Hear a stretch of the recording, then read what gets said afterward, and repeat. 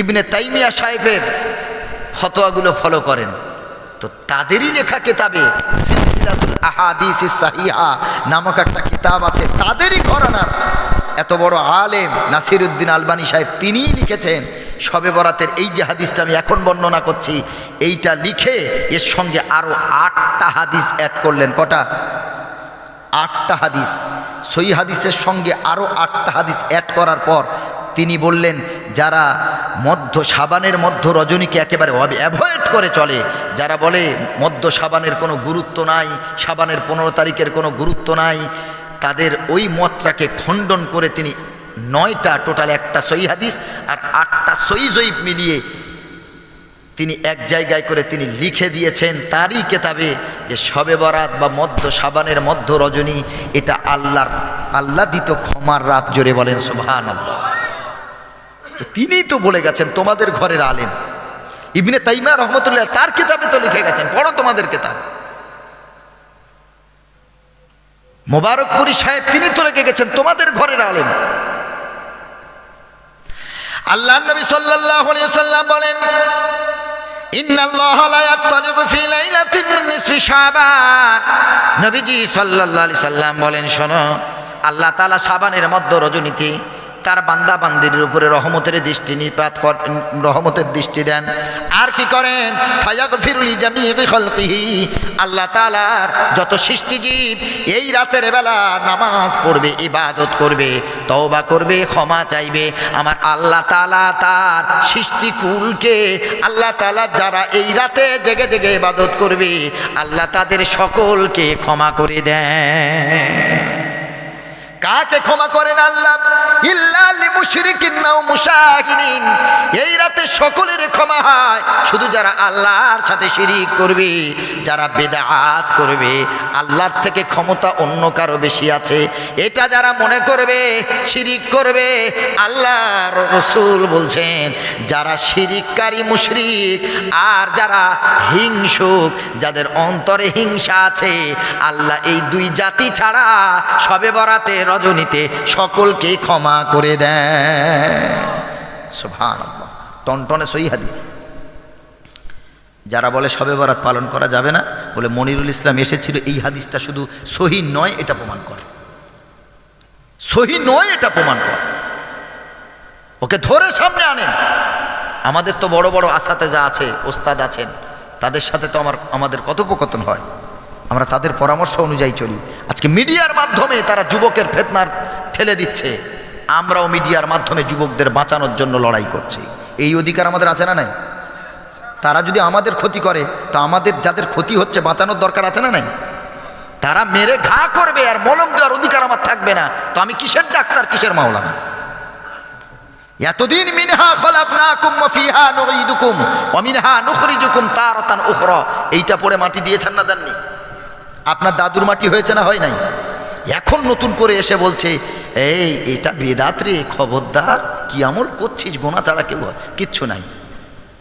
যেই কথাটা বলেছে ওর দাদু জাহান্নামে যাবে, ওকে লিখে দেন, লিখতে বলে দেন, কারণ ওর দাদুর মাটি হয়েছে এই দোয়া পড়ে, হয়েছে না হয় নাই?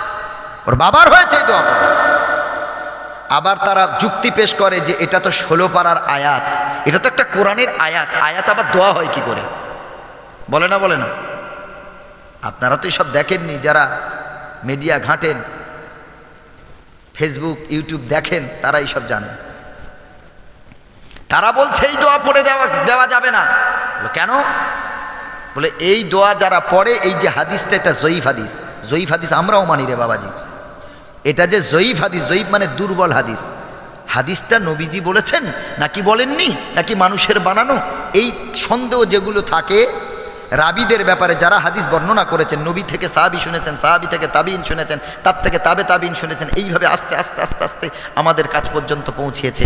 এর মাঝখানে যারা বর্ণনা করে গেছেন এক একজন, যদি কোনো বর্ণনাকারীর মাঝে কোনো ডিসপুট দেখা যায় যে তার এই আখলাকটা ভালো ছিল না, সে এক ওয়াক্ত নামাজ ছেড়েছিল, সে একদিন মিথ্যা কথা বলেছিল, এই রকম যদি কোনো বর্ণনাকারীর ব্যাপারে পাওয়া যায় তার লাইফ হিস্ট্রিতে, তো হাদিসের উসুল অনুযায়ী, নিয়ম অনুযায়ী তার বর্ণনা করা হাদিসটাকে জয়ীফ বলা হবে। একটা মানুষ মনে করেন সারা জীবন সত্য বলেছে, একদিন একটা মিথ্যা কথা বলেছে, তো তার মানে কি সারা জীবনের সত্যগুলো মিথ্যা হয়ে যেতে পারে? কোনোদিন না। ইব্রাহিম নবী বিবিকে নিয়ে যাচ্ছেন জঙ্গলের ভিতর দিয়ে, দস্যুরা ধরেছে। এটা কে? ইব্রাহিম নবী বললেন এটা আমার বোন। কি বললেন? বোন। স্ত্রীকে বোন বললেন কারণ জানতেন যদি আমি পরিচয় দিই এটা আমার স্ত্রী, তারা ছিঁড়ে খাবে, সতীত্বকে নষ্ট করবে, আমার স্ত্রীর দেহ আমার স্ত্রী হেফাজত করতে পারবে না। এই ভয়ে বোনের পরিচয় দিয়েছে। তার মানে তো এই না যে তিনি সারা জীবন যা বলেছিলেন মিথ্যা বলেছিলেন, সেটা বাঁচার জন্য। কিছু কিছু ক্ষেত্রে মিথ্যা বলা যায়। আল্লাহ হেফাজত করুক। ভাইরা আমার, বোঝাতে যেটা চেয়েছিলাম, আমল নষ্ট করবেন না। আপনার ভালো লাগে না আপনি পালন করবেন না, আপনি মানেন না বলে আরেকজনকে তার আমল আপনি নষ্ট করবেন, এই অথরিটি আপনাকে কেউ দেয় নাই, এই অধিকার আপনাকে কেউ দেয় নাই। আপনি নাভির নিচে হাত বাঁধবেন না, বুকের উপরে হাত বাঁধবেন না, পেটের উপরে বাঁধবেন, ওটা ব্যক্তিগত ব্যাপার।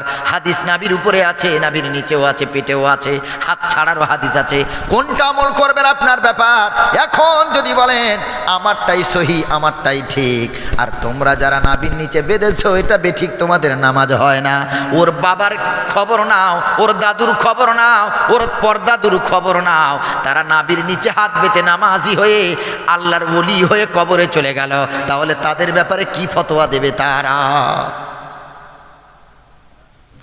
যদি বলেন বুকে হাত বাঁধার হাদিসটা সহি, আমি বলে যাচ্ছি এই হাদিসটা জয়ীফ। আমরা যেটা নাভির নিচে বাঁধি এটাও জয়ীফ, বুকের উপরে যে হাত বাঁধাটা এটাও জয়ীফ। আল্লাহর জাতের কসম করে বলছি, যারা এই কথাগুলো বলে আমাদের সহি সহি, ওকে ধরে এনে শুধু আমাকে কল করেন। ও কি বোঝে? ও তো শুধু মোবাইল জেগেছে, জীবনে কিতাব পড়েনি, ও তো জীবনে কোনো হাদিস পড়েনি। আচ্ছা, মোবাইলে কি শুধু হানাফি মাযহাবের আলেম থাকে ইউটিউবে, নাকি সব মাযহাবের আলেম থাকে? আপনারা বলেন তো বাবাজি। এই যে যারা মোবাইলের ফতোয়া গ্রহণ করে, এলাকার মুফতি সাহেব বাদ দিয়ে ইফতা বোর্ড আছে, সেখানে না গিয়ে শুধু মোবাইলে খোঁজে। মোবাইলে তো হানাফি মাযহাবের আলেমও আছে, তাদের বক্তব্য পাওয়া যায়। শাফি মাযহাবের আলেমদেরও বক্তব্য আছে, মালিকি মাযহাবের আলেমদেরও বক্তব্য আছে, হাম্বালি মাযহাবের আলেমদেরও বক্তব্য আছে, আবার আহলে হাদিস লা মাযহাবিদেরও বক্তব্য আছে। তো আপনি একটা ফতোয়া বললেন, কোনো জিনিস মোবাইলে চাইলেন, তো এই বিষয়ে যত আলেম বলেছেন সবারটাই তো আসবে পরপর। আপনি এইভাবে কেন ফতোয়া খুঁজলেন? আপনি দেখলেন না যিনি আলোচনা করছেন তিনি কোন মাযহাবের, তার আকীদা কি? আপনি সব সম্বন্ধে কি বোঝেন যে মোবাইলে দেখেই আপনি আমল করতে শুরু করলেন? আমি কথাটা কি ভুল বলছি বাবাজি? মোবাইলে তো সব ধরনের আলেম আছে, সব ধরনের আলেম আছে।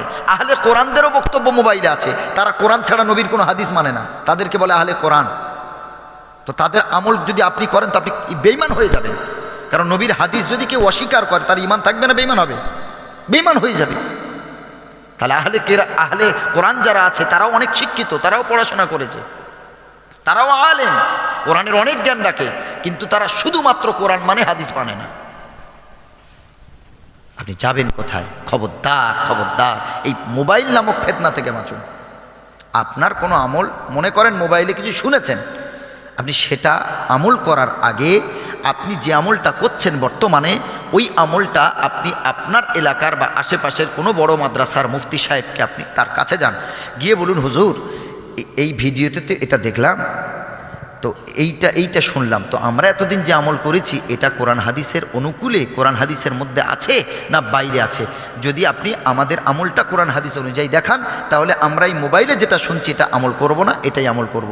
এইটা উচিত ছিল না? ছিল না?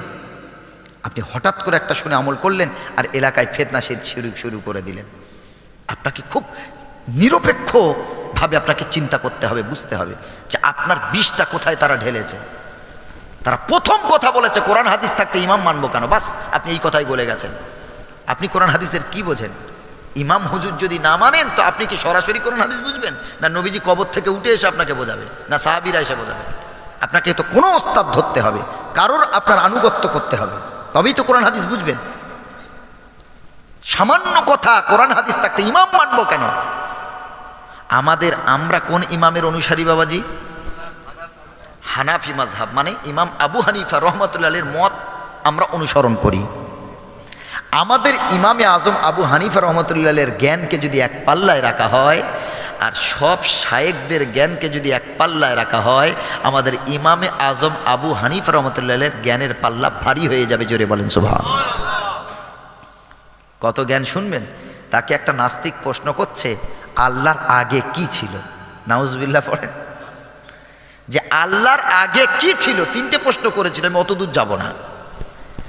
সেই সময় ইরাক, বাগদাদ, ভারত, আরব সব জায়গার মাওলানারা এক জায়গায়, মুফতির এক জায়গায় হয়ে উত্তর খুঁজে পেল না। তখন ইমাম আজম আবু হানিফা রহমতুল্লাহ অনেক অল্প বয়স, এত ব্রিলিয়ান্ট ছাত্র, এত জ্ঞান আল্লাহ তাকে ঢেলে দিয়েছেন। তার কানে যখন এই খবর গেল যে একটা নাস্তিক প্রশ্ন করেছে আল্লাহর আগে কি ছিল, যদি উত্তর দিতে পারে কোনো মানুষ, কোনো মুসলিম, তাহলে ওই নাস্তিক ইসলাম কবুল করবে। এই কথা তার কানে যাওয়ার পর তিনি মুচকি হাসছেন। ওলামারা বলছেন, ও আবু হানিফা, এই প্রশ্নটা তো অত্যন্ত ডিফিকাল্ট কোশ্চেন, খুব কঠিন কোশ্চেন। আপনি এই প্রশ্ন শুনে হাসছেন কেন? বলে এ উত্তর আমার কাছে হালুয়ার মতো। সুবহানাল্লাহ পড়ে। বলে চলো, এটা তোমাদের কাছে উত্তর দেব না, যেই নাস্তিক বলেছে তার সামনে, এবং সমস্ত নাস্তিকদেরকে এক করতে হবে, সব মুসলমান, সব জাতির মানুষ সেখানে থাকবে। ইমামে আজম আবু হানিফা রহমাতুল্লাহ আলাইহি হাজার হাজার মানুষের সামনে, জনতার সামনে নাস্তিক দাঁড়িয়ে, ইমাম আজম আবু হানিফা রহমাতুল্লাহ আলাইহি বসে, নাস্তিক প্রশ্ন করে, বলো। ইমাম আজম আবু হানিফা রহমাতুল্লাহ আলাইহি বললেন, নাস্তিক কি তোর প্রশ্ন আছে বল। বলল, আমার প্রশ্ন হলো আল্লাহর আগে কে ছিল? ইমামে আজম আবু হানিফা রহমাতুল্লাহ আলাইহি প্রশ্ন শোনার পরে বলল, শোন, আমি তার আগে তোরে একটা প্রশ্ন করি, তোর উত্তরটা আমি পরে দিচ্ছি। বলল, কি প্রশ্ন আছে বলো। বলল, 10 থেকে নিচের দিকে, পেছনের দিকে গুনে আসো। 10 থেকে পেছনের দিকে, মানে 9, 8, 7, 6, ওকে গুনতে বলা হলো। সব মানুষ দেখছে, ও গুনতে গুনতে 10, 9, 8, 7, 6, 5, 4, 3, 2, 1। তারপর কি আছে? একের আগে আর কি আছে? ওই 1 পর্যন্ত এসে স্টপ হয়ে গেছে। ইমামে আজম আবু হানিফা উপস্থিত জনতার সামনে বলে, এই গুনে যা, বন্ধ করলি কেন? বলো, গুনবো কোথায়? 1 তো শেষ, 1-এর আগে কিচ্ছু নাই। বলো, তোর উত্তর আমি দেবো না, তোর নিজের প্রশ্নের উত্তর ভিতরে পেয়েছিস তুই। সুবহানাল্লাহ পড়ে। বলে, তোর গণনায় যদি 1-এর আগে কিছু না থাকে তাহলে বল, আমার আল্লাহ এক, আল্লাহর আগে কেউ ছিল না। সুবহানাল্লাহ। তার জ্ঞান নিয়ে তারা কথা বলে, সেই ইমামের বিরুদ্ধে তারা কথা বলে, সেই ইমামের বিরুদ্ধে তারা কথা বলে। আস্তাগফিরুল্লাহ। ও ভাইরা আমার, আমল করবেন। আমরা যে আমলগুলো করছি, নামাজের তাকবীরে তাহারিমা থেকে শুরু করে সালাম ফেরানো পর্যন্ত যত আমল করি, আল্লাহর জাতের কসম, সবগুলো আমল কোরআন হাদিস অনুযায়ী। জোরে বলেন সুবহানাল্লাহ। সব আমল কোরআন হাদিস অনুযায়ী। ওরা প্রমাণ করুক যে আমাদের একটা আমল কোরআন হাদিসের বাইরে। আমরা যে নিয়ত করি যে সুবহান রব্বিয়াল আলা পড়ি, আজিম পড়ি, তারপর তারা রুকু থেকে উঠে রফুল আদাইন করে, মানে এভাবে হাত ছাড়া দেয়, দেখেছেন? এটা আমরা করি না। আমাদের না করার পক্ষেও দলিল আছে, তারা যে করে তাদের পক্ষেও দলিল আছে। তাহলে তোমাদেরও দলিল আছে, আমাদেরও আছে। নবীজি বিভিন্ন ক্ষেত্রে বিভিন্ন আমল করেছেন। নবীজি এক জায়গায় দাঁড়িয়ে পেশাব করেছেন, কেন করেছেন? তারা নবীজি করেছেন বলে আমাকে করতে হবে নাকি? হ্যাঁ, ওই পরিস্থিতিতে যদি আমরা পড়ি আমাদেরও বাধ্যতামূলক। এমন জায়গায় গেছেন চারিদিকে নাপাকি, বসলে আপনার কাপড়ে নাপাক লেগে যাবে, চতুর্দিকে নোংরা আবর্জনা, নাপাক, আপনি ওখানে বসার কোনো পরিস্থিতি নাই, সুযোগ নাই। ওই জায়গায় আপনাকে দাঁড়িয়েই করতে হবে, না হলে নাপাকি লাগবে, সেই ক্ষেত্রে দাঁড়িয়েই করতে হবে। এই রকমই ক্ষেত্রে আমার নবী দাঁড়িয়ে করেছিলেন। তাই বলে কি সব জায়গায় করা যাবে নাকি? পরিস্থিতিতে, কঠিন পরিস্থিতিতে পড়ে গেছেন। কোনো স্ত্রী কোনো স্বামীকে, হ্যাঁ, কোনো স্বামী কোনো স্ত্রীকে কি মারা যাওয়ার পর গোসল দিতে পারবে বাবাজি? জোরে বলেন। অথচ সে তো সারাটা জীবন তার সাথে, আল্লাহ বলেন, হুন্না লিবাসুল্লাকুম ওয়া আনতুম লিবাসুল্লাহুন্না, স্বামী আর স্ত্রী একে অপরের পোশাক, 2 শরীর মিলে 1 শরীর। সুবহানাল্লাহ বলে, এটা আল্লাহ বলেছেন। কিন্তু দেখেন, মারা যাবার পর ওই স্ত্রী আর তার স্বামীকে গোসল দিতে পারবে না। এবার আপনাদের প্রশ্ন করি, এমন একটা জায়গায় চলে গেছে স্বামী আর স্ত্রী ছাড়া আর কেউ নাই, মরুভূমি জায়গা, কোনো মানুষ্য জাত নেই, কিছুই নেই সেখানে, ওইখানে তার স্বামী ইন্তেকাল করেছেন, পানির ব্যবস্থা আছে, সব আছে, কিন্তু গোসল কে দেবে? কোনো লোক মানুষ নাই। সেখান থেকে তার বাড়ি আসতে মনে করেন 3 দিন 4 দিন সময় লাগবে। কি পথ হারিয়ে ফেলেছে, কাকে ডাকবে, কি করবে বুঝে উঠতে পারছে না, লাশ পচে যাওয়ার ভয়। এই ক্ষেত্রে তার স্ত্রী তার স্বামীকে গোসল দিতে পারবে না? পারবে না? জি, এর নাম শরীয়ত, এর নাম শরীয়ত। পরিস্থিতিতে অবৈধ জিনিসও বৈধ হয়ে যায়, এর নাম শরীয়ত। মদ খাওয়া হারাম না হালাল? হারাম। এমন রোগ হয়েছে, ডাক্তার বলছে এই রোগের প্রপার ট্রিটমেন্ট হলো মদ। মানে মদ খাবি তো রোগটা বাঁচবে মনে করে, তাহলে সেই ক্ষেত্রে তার জীবন বাঁচানো ফরজ। মদটা তার জন্য ঔষধ। হোমিওপ্যাথি যত ওষুধ আছে 90% অ্যালকোহল থাকে, থাকে না? থাকে না? এখন যদি বলি আমি বিশাল তাকওয়াওয়ালা, পরেজগার, নামাজি, মোত্তাকি, আমি হোমিওপ্যাথি ওষুধ খাবো না, এই ধারণা ওর জন্য করা ভুল হবে না? ঠিক হবে? ভুল। কারণ ওটা ওর ঔষধ, ওটা ওর জীবন বাঁচানোর জন্য আল্লাহ ওই ঔষধ পাঠিয়েছেন। সব জায়গায় ফতোয়া দিলে হবে না বাবাজি, সব জায়গায় চিন্তা ভাবনা করতে হবে। আল্লাহ আমাদেরকে সেরা বানিয়েছেন, ব্রেন দিয়েছেন চিন্তা করার জন্য। আমরা কেন তাদের প্রোপাগান্ডায় পড়ছি, কেন তাদের ফাঁদে পা দিচ্ছি, আর কেন এলাকায় ফিতনা সৃষ্টি করছি? আমার এলাকার কথা বলছি। আমার এলাকায় কিছু যুবক একটা বাংলাদেশ থেকে মাওলানা এলো, এসে তাদেরকে নামাজ ধরালো। আলহামদুলিল্লাহ, আমরা অত্যন্ত খুশি যে কাজটা আমরা পারিনি অন্তত তিনি করেছেন। সে একটা ঘর নিল, ওই ঘরে জানালা দরজা বন্ধ করে সবসময় ওদেরকে তালিম দেয়। যেদিন থেকে নামাজ ধরলো দেখলাম সব নিচেওয়ালা ওপরওয়ালায় হয়ে গেছে, ওপরে হাত বাঁধতে শুরু করে। সুন্দর করে যারা দাঁড়াতো তারা পা ফাঁক করে, এতটা ফাঁক করে দাঁড়াচ্ছে। এলাকায় ফিতনা হবে না? হবে না? হাদিস তো বুকেরও আছে, কিন্তু তুমি হঠাৎ করে একটা নতুন আমল শুরু করছো, তোমার কারণে যে ফিতনা হলো, এই ফিতনা করাটাই যে হারাম, তুমি ওটা ভুলে গেলে ওই হাদিসটা। যেই এলাকায় যেই হাদিসের আমল হয়, আপনি সেই এলাকায় গেলে আপনাকে সেই হাদিসের আমল করতে হবে। যদি আপনার কারণে সেই এলাকায় ফিতনা হয়, খোদার জাতের কসম, ওই ফিতনার কারণে সব গুনাহ আপনার একার হবে। হাদিস তো আছে। কথা বোঝাতে পারছি না বাবাজি? এই যে পা এত ফাঁকা করে দাঁড়ায়, ওদের ক্ষমতা থাকলে একটা হাদিস দেখাক যে পা এত ফাঁকা করে দাঁড়াতে হবে, ওটা ভদ্রতা না। আল্লাহ নিজে কোরআনে বললেন, খুদু যিনাতাকুম ইনদা কুল্লি মসজিদ। আল্লাহর ঘরে যখন আসবে, আল্লাহর সামনে যখন দাঁড়াবে, ভদ্রতা, শালীনতা বজায় রেখে দাঁড়াবে। যখন কোনো ছেলে, যখন কোনো মানুষ ফটো তোলে, স্টুডিওতে ফটো তোলে, তখন পা এরকম অভদ্রের মতো ফাঁকা করে দাঁড়ায় না সুন্দর করে দাঁড়ায়? সুন্দর করে। তার মানে বোঝে যে কোনটা ভদ্রতা আর কোনটা অভদ্রতা। আল্লাহর সামনে দাঁড়াবে, পা জোড়া নিষেধ, হাদিসে আছে পা দুটো যেন এইভাবে জুড়ে না যায়, এক বিগত অন্তত ফাঁকা রেখে দাঁড়াও সুন্দর করে। তুমি আসামি, আল্লাহর সামনে দাঁড়াচ্ছ, আল্লাহ আমার রব, প্রতিপালক, তিনি আমার সামনে। তুমি আসামি হয়ে তুমি কিভাবে দাঁড়াতে হয় সেইভাবে তোমাকে দাঁড়াতে হবে, বিনয়ের সাথে দাঁড়াতে হবে। এই জন্য মুফাসসিরিন, মুহাদ্দিসিন কেরামগণ বেশিরভাগ বলেছেন যে যেহেতু নাভির নিচে হাত বাঁধাটা অতি বিনয়ের পরিচয় হয়, বুকে হাত বাঁধাটা হাদিস আছে, কিন্তু বুকে বাঁধা এটা যেন একটা বড়ত্ব বেশি। বুকে হাত কারা বাঁধে? লাট সাহেব। এই জন্য তারা বলেছেন যে দুটোই তো জয়ীফ হাদিস, কিন্তু এটা যেন আল্লাহর সামনে মানে বড়বাবু না, এভাবে না।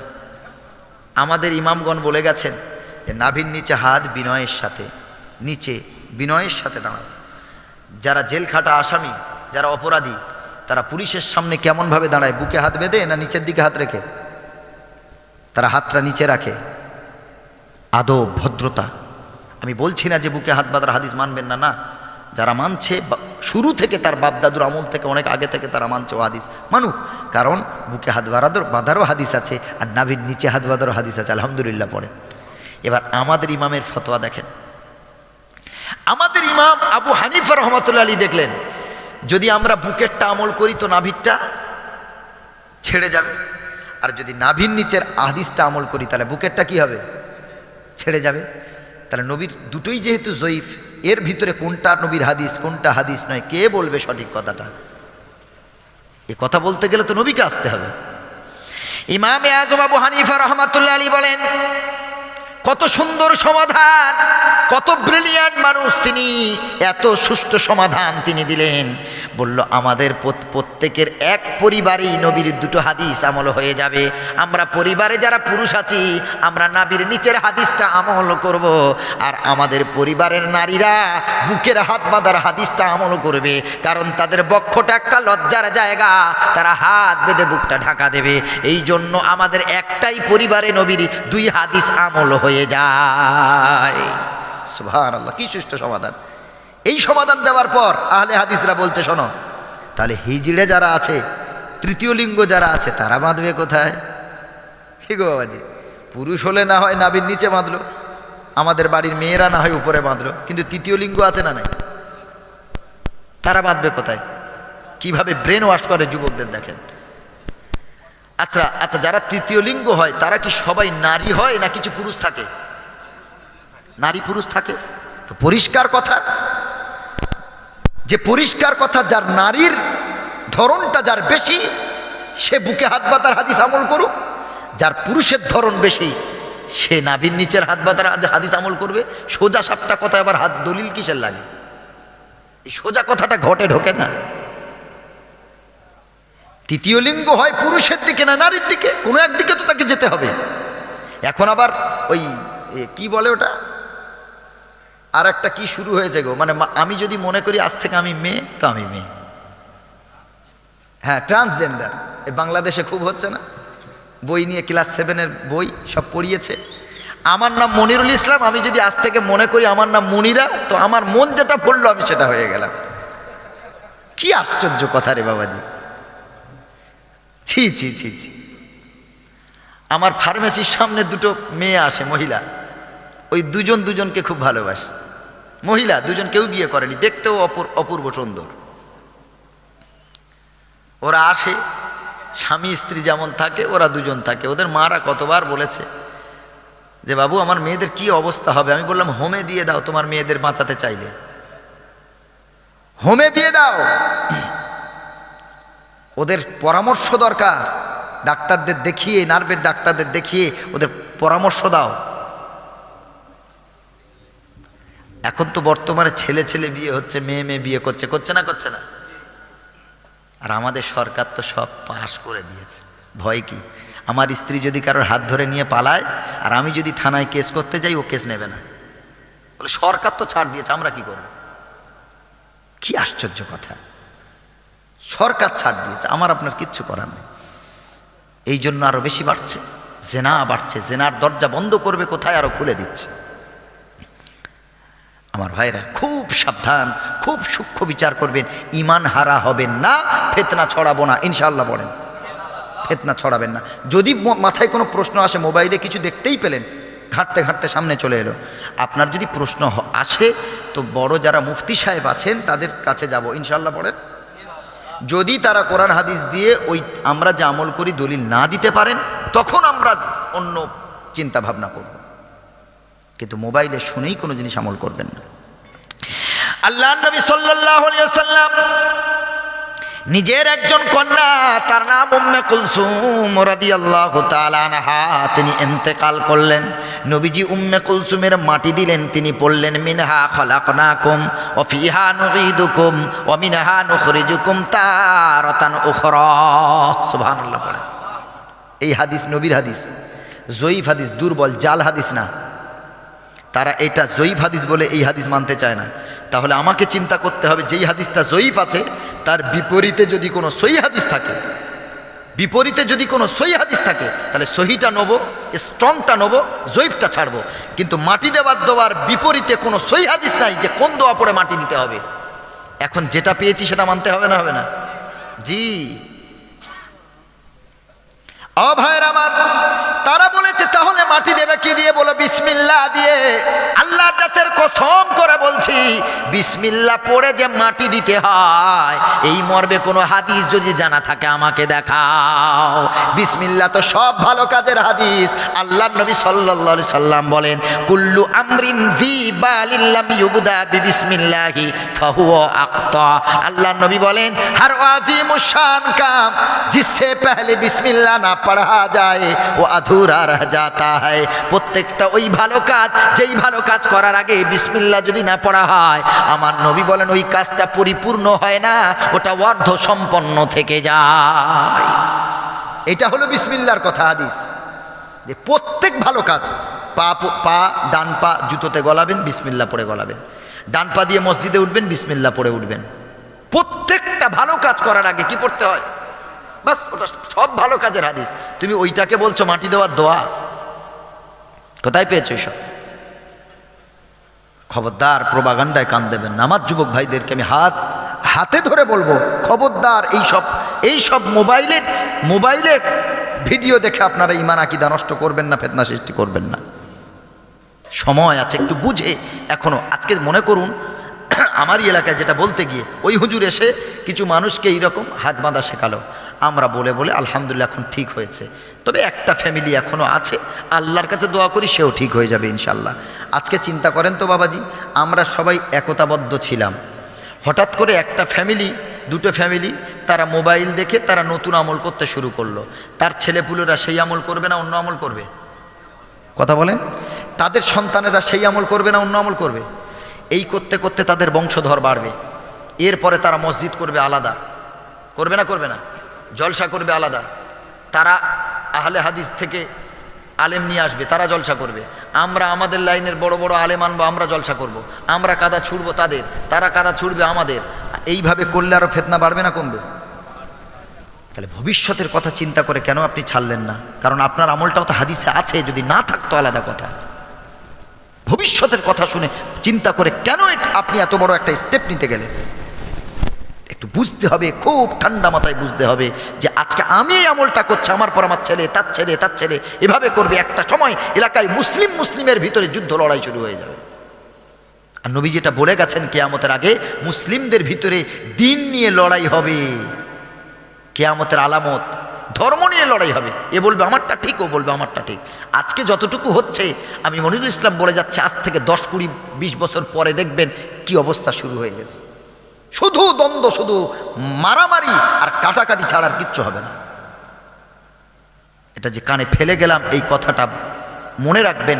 আজ থেকে 10 বছর 20 বছর পর হবেই হবে এটা দ্বন্দ্ব। ও ভাইয়ের আমার, আল্লাহ নবী সাল্লাল্লাহু আলাইহি ওয়াসাল্লাম আমাদের জন্য শবে বরাতের দিন একটা মূল্যবান দিন। এই দিনটা মানুষ আমল করে, তারা মানতে চায় না। তারা এই দিনের সাথে বেশ্যার ঘরে রাত কাটানোর তুলনা করেছে। বলে নাউজুবিল্লাহ। আমার নবী বলেছেন, হাদিস শোনাই আপনাদেরকে, আল্লাহ নবী সাল্লাল্লাহু আলাইহি ওয়াসাল্লাম এই মধ্য শাবানের রাতে আল্লাহ নবী সাল্লাল্লাহু আলাইহি ওয়াসাল্লাম এমন করে তিনি এমন লং টাইম সেজদায় পড়ে আছেন। হযরতে আয়েশাতুল হুমায়রা রাদিয়াল্লাহু তাআলা আনহা, নবীজির বিবি, তিনি মনে মনে করলেন নবীজি বুঝি সেজদায় ইন্তেকাল করেছেন। আল্লাহর নবীর বিবি আয়েশা রাদিয়াল্লাহু তাআলা আনহা তিনি নবীজির আঙুলটা নাড়ালেন, নবীজির আঙুল নড়ল, নবীজি সেজদা দিয়ে উঠলেন, সালাম ফেরালেন। এরপরে বলেন, আয়েশা আমি তোমার হক নষ্ট করব না। আয়েশাতুল হুমায়রা বলে, ইয়া রাসূলুল্লাহ, হকের ব্যাপারে নয়, আমার ভয় ছিল আপনি এতক্ষণ নীরবে সেজদা দিচ্ছিলেন, আমি বুঝেছি আপনি ইন্তেকাল করেছেন।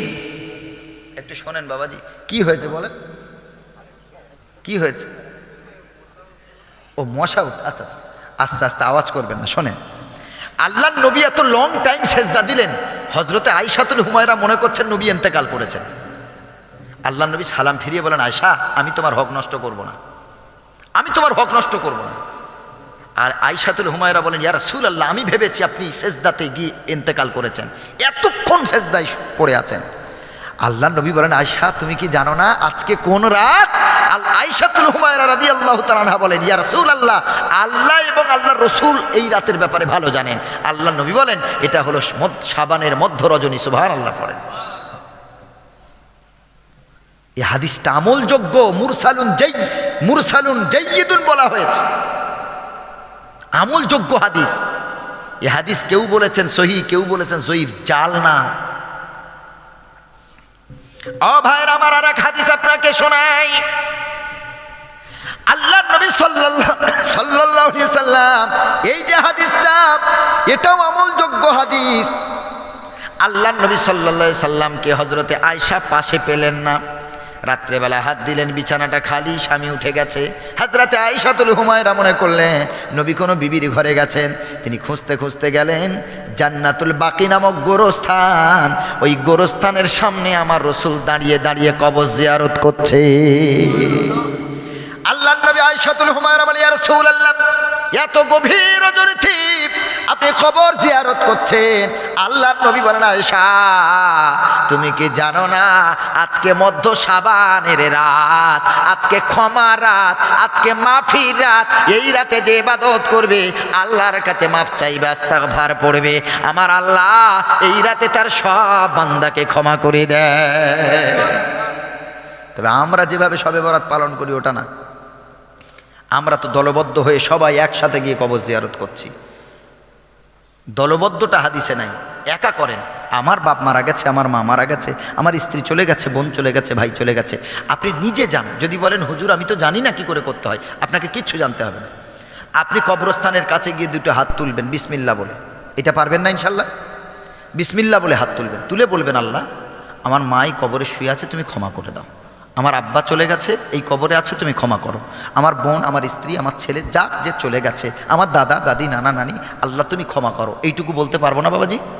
বাস এইটুকু বলে মুখে হাত মুছে বাড়ি চলে আস, কিচ্ছু জানতে হবে না আপনাকে। সুন্নতটা পালন করেন, সবাই মিলে কবর জিয়ারত যদি করে এটা হারাম হবে না, তবে সুন্নত না, খুব জোর জায়েজ হতে পারে, সুন্নত না। আমাদের সুন্নত দেখতে হবে আগে। যেইখানে সুন্নত পাওয়া যায় না ওইখানে জায়েজটা ধরবো ইনশাল্লাহ। পড়েন, যেখানে সুন্নত পাওয়া যায় না ওইখানে কি করব? জায়েজটা ধরবো। আর যেখানে সুন্নত পাওয়া যায় আমরা সুন্নতটাকে আঁকড়ে ধরবো আগে, কারণ সব জিনিস তো আর নবীর আমলে ছিল না। যদি কেউ প্রশ্ন করে যে আমি হুইল ফেলি, পাশ নিই, যারা মাছ ধরে ছিপ দিয়ে, ওই যে মাছের যে চার তৈরি করে এতে অনেকে মদ দেয়, জানেন বাবাজি? বলে মাছরা জমবে আর ওখান থেকে উঠবে না, মদ খেয়ে সব ঘোর হয়ে থাকবে। এখন আমাকে প্রশ্ন করছে হুজুর এই যে মদ দিয়ে মাছ ধরছি আমরা চার বানিয়ে, এই মাছ খাওয়া যাবে তো? আচ্ছা এইটা কি এখানে সুন্নতের কোনো ব্যাপার আছে? কারণ নবীর আমলে কি এসব ছিল? কিসের পাশ আর কিসের হুইল আর কিসের মদ দিয়ে মাছ ধরা? এইভাবে প্রশ্ন করে। তো কিছু জিনিস সুন্নত পাওয়া যায় না, ওখানে জায়েজ দেখতে হয়। আবার কিছু জিনিস জায়েজ থাকে, সুন্নত থাকে, ওখানে সুন্নতটাকে আঁকড়াতে হবে। টুপি না পরে যদি কেউ নামাজ পড়ে, নামাজ হবে না? হবে না? হবে না? আমি ওই ইসলামপুর থানা শিলিগুড়ির ওই দিকে, ওখানে 2 মাস আগে মনে হয় একটা আহলে হাদিস এলাকায় জলসা করতে গেলাম। জুমার নামাজটা আমাকে পড়াতে বললো। তা আমি তো বললাম আমরা জুমার পরে হাত তুলে দোয়া করি। বলে ওইটা আমাদের এখানে হয় না। বলে আচ্ছা। তো আমি জুমার নামাজটা পড়ালাম।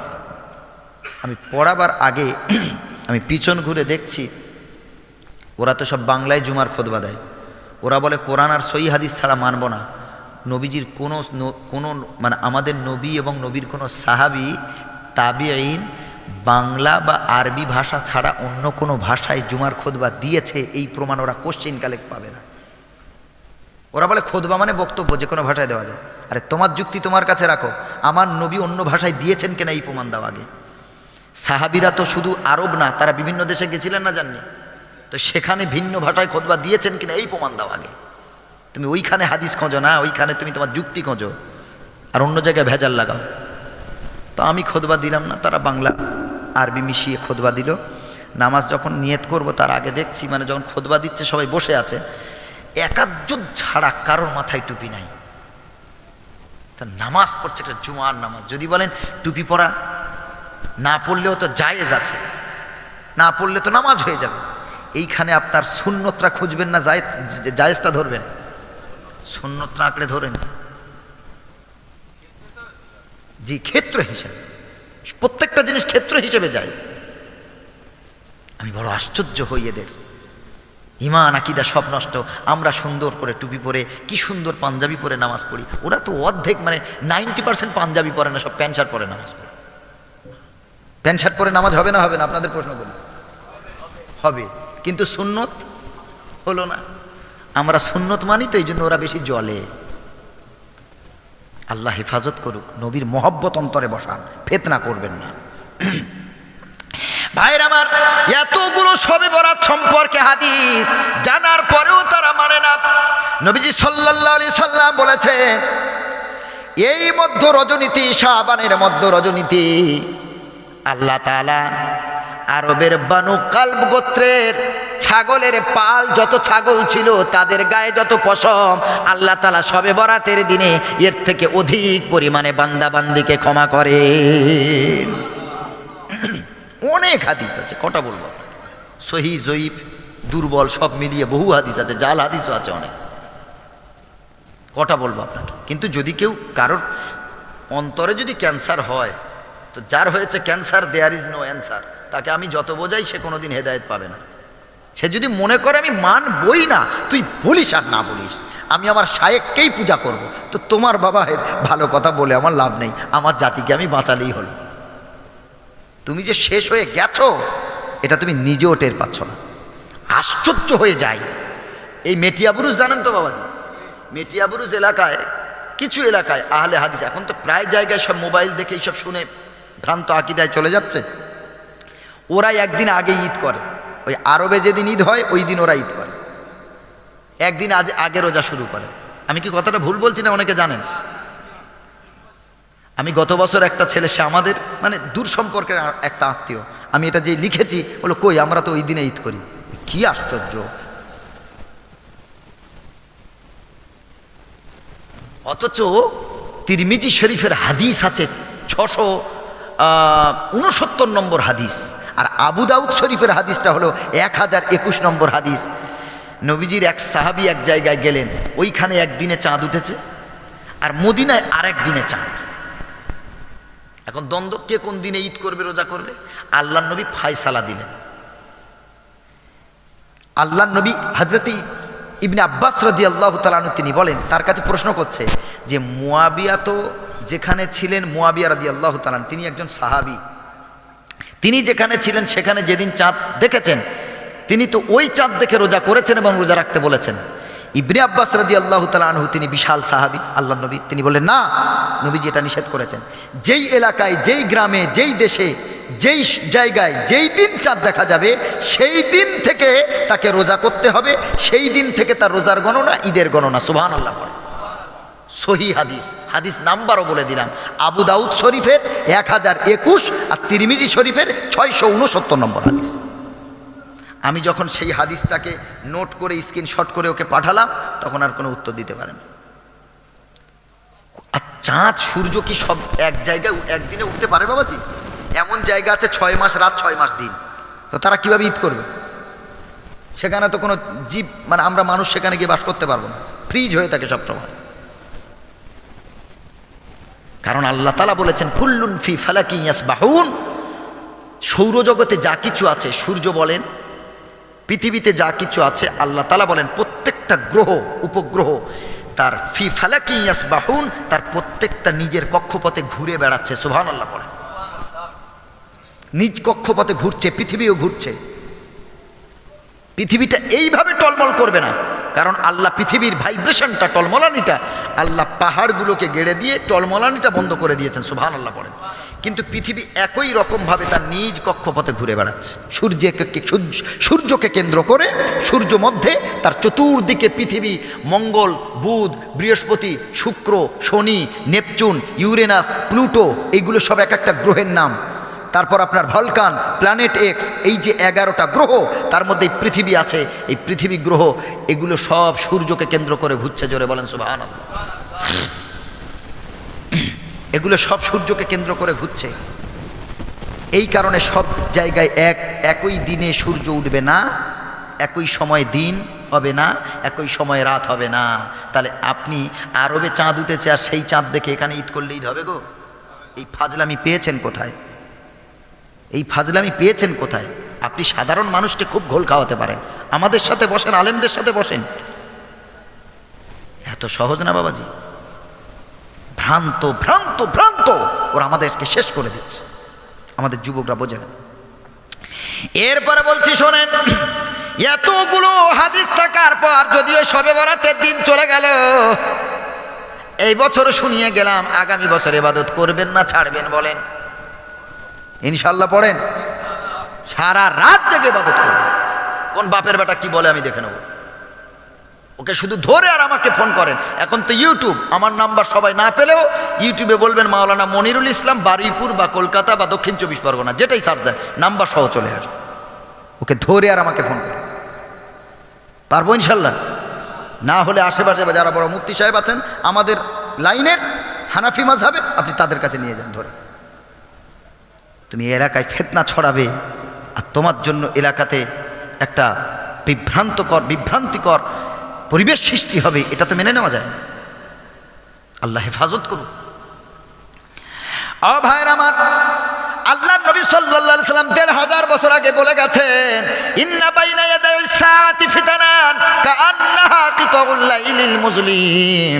নবীজি সাল্লাল্লাহু আলাইহি সাল্লাম বলেছেন, কিয়ামতের আগে এমন ফিতনার আবির্ভাব হবে, ইসবিহুর রাজুলু ফিহা মুমিনান, একটা মানুষ সকালবেলা থাকবে মুমিন, ওয়া ইউমসি কাফিরন, সন্ধ্যায় হয়ে যাবে কাফের, ওয়া ইয়াবিউ ফিহা দীনাহুম ওয়ায়াবিউ ফিহা দীনাহুম বিআরাদিন মিনাদ দুনিয়া। আল্লাহর নবী বলেন, কিয়ামতের পূর্বে মানুষ তার ধর্মকে বেচে ফেলবে, তার কথাকে বিক্রি করবে। ওয়ায়াবিউ ফিহা আখলাকাহুম বিআরাদিন মিনাদ দুনিয়া, মানুষ তার চরিত্রকে বিক্রি করে দেবে, ধর্মকে বিক্রি করে দেবে পয়সার কারণে, পয়সার বিনিময়ে। সকালে মুমিন আর সন্ধ্যায় কি হবে? কাফের। সকালে নবীর এক হাদিস আমল করবে, আর সন্ধ্যাবেলা আরেক হাদিস আমল করতে গিয়ে যেই হাদিস আমল করতো ওটাকে এমন তুচ্ছ তাচ্ছিল্য করবে, ওটাকে এমন ছোট মনে করবে। নবীর কোনো হাদিস যদি কেউ তুচ্ছ তাচ্ছিল্য করে, তার ঈমান থাকবে না, বেঈমান হয়ে যাবে। জি, আমি একটা আমল করছি আর একটা পাচ্ছি না, আলাদা কথা। কিন্তু তুমি একটা হাদিস আমল করে আর একটা হাদিসের বিরুদ্ধে তুমি যদি মনে করো ওটা তো জাল, তুমি যদি ওই হাদিসটাকে ছি করো, তোমার আর আমল ঈমান থাকবে? সকালে ইমানদার হবে, সন্ধ্যায় কাফের হয়ে যাবে, অথবা সন্ধ্যায় ইমানদার থাকবে, সকালে কাফের হয়ে যাবে। সাবধান। আল্লাহর নবী সাল্লাল্লাহু আলাইহি ওয়াসাল্লাম বলেন, এই মধ্য রজনীতে শাবান মাস পবিত্র মাস, এই মাসে নবীজি গোটা শাবান মাস রোজা করতেন আর শেষের 2 দিন নবীজি ছেড়ে দিতেন। আল্লাহর নবী বলেছেন, তোমরা যারা পূর্ব অভ্যাস অনুযায়ী যদি শাবান মাসের পুরো শাবান মাসটা রোজা করো, তাহলে পুরো রাখতে পারো যদি তোমাদের অভ্যাস থাকে। আর যদি নতুন রোজাদার, শাবান মাস নবীজি বললেন শেষের 2 দিন 3 দিন বাদ দিয়ে বাকি রোজাগুলো করো, কারণ শাবানের রোজা রাখতে রাখতে বেখেয়ালে কখনো রমজানের রোজা ঢুকে যাবে, তোমার নিয়তটা তখন নফল নিয়ত হয়ে যাবে, তখন রমজানের ওই রোজা কবুল হবে না। নবীজি গোটা শাবান মাস রোজা করতেন। আমরা শুধু শবে বরাতের দিনটা করি, 2 দিন 3 দিন করি। ঠিক বলছি না ভুল? আতশবাজি, বোম, হালুয়া, রুটি এইসব শরিয়াতে নাই বাবাজি। ওই দিন আমলের কথা বলা আছে। একা গিয়ে মসজিদে নামাজ পড়েন, মসজিদে নামাজ পড়বেন। বাড়িতে যদি পড়েন আলহামদুলিল্লাহ, বাড়িতে পড়েন, না হয় কোথায় যাবেন? মসজিদে। কারণ ইবাদতের জায়গাই তো মসজিদ। সুবহানাল্লাহ পড়েন। ইবাদতের জায়গা কোথায়? মসজিদ। আল্লাহ রাব্বুল আলামিন 29 নম্বর পারায় সূরা জিনের ভিতরে বলেন, ওয়া আন্নাল মাসাজিদা লিল্লাহি ফালা তাদউ মাআল্লাহি আহাদা। আল্লাহ তাআলা বলেন, শোন, মসজিদ আমি আল্লাহ, আমার ঘর ইবাদতের জায়গা, এইখানে আমার সাথে আর কারো শরীক করবি না। সুবহানাল্লাহ। আবার আল্লাহ সূরা কুরাইশের ভিতরে বলেন, ফালিয়াবুদু রাব্ব হাদাল বাইতিল্লাযী আত'আমাহুম মিন জু'ইন ওয়া আমানাহুম মিন খাউফ। আল্লাহ তাআলা বলে, আমার ঘরে ইবাদত কর, আমার ঘরে আয়, আমার ঘরে নামাজ পড়। আমার ঘরে যদি ইবাদত করতে পারিস রে বান্দা, আমি আল্লাহ তোদের অনাহারে রাখবো না, না খাইয়ে রাখবো না, আর তোদের কোনো শত্রুর হাতে আমি আল্লাহ ধরাশায়ী করব না। আমি আল্লাহ শত্রুর কবল হতে বাঁচাবো, ভয় ভীতি থেকে বাঁচাবো। আমি আল্লাহ তোর না খাইয়ে রাখবো না, অন্যের অভাব নামাজের মাধ্যমে, আমার ঘরের ইবাদতের মাধ্যমে আমি আল্লাহ তোকে ভুখা রাখবো না, অন্যের অভাব দূর করবো। জোরে বলেন সুবহানাল্লাহ।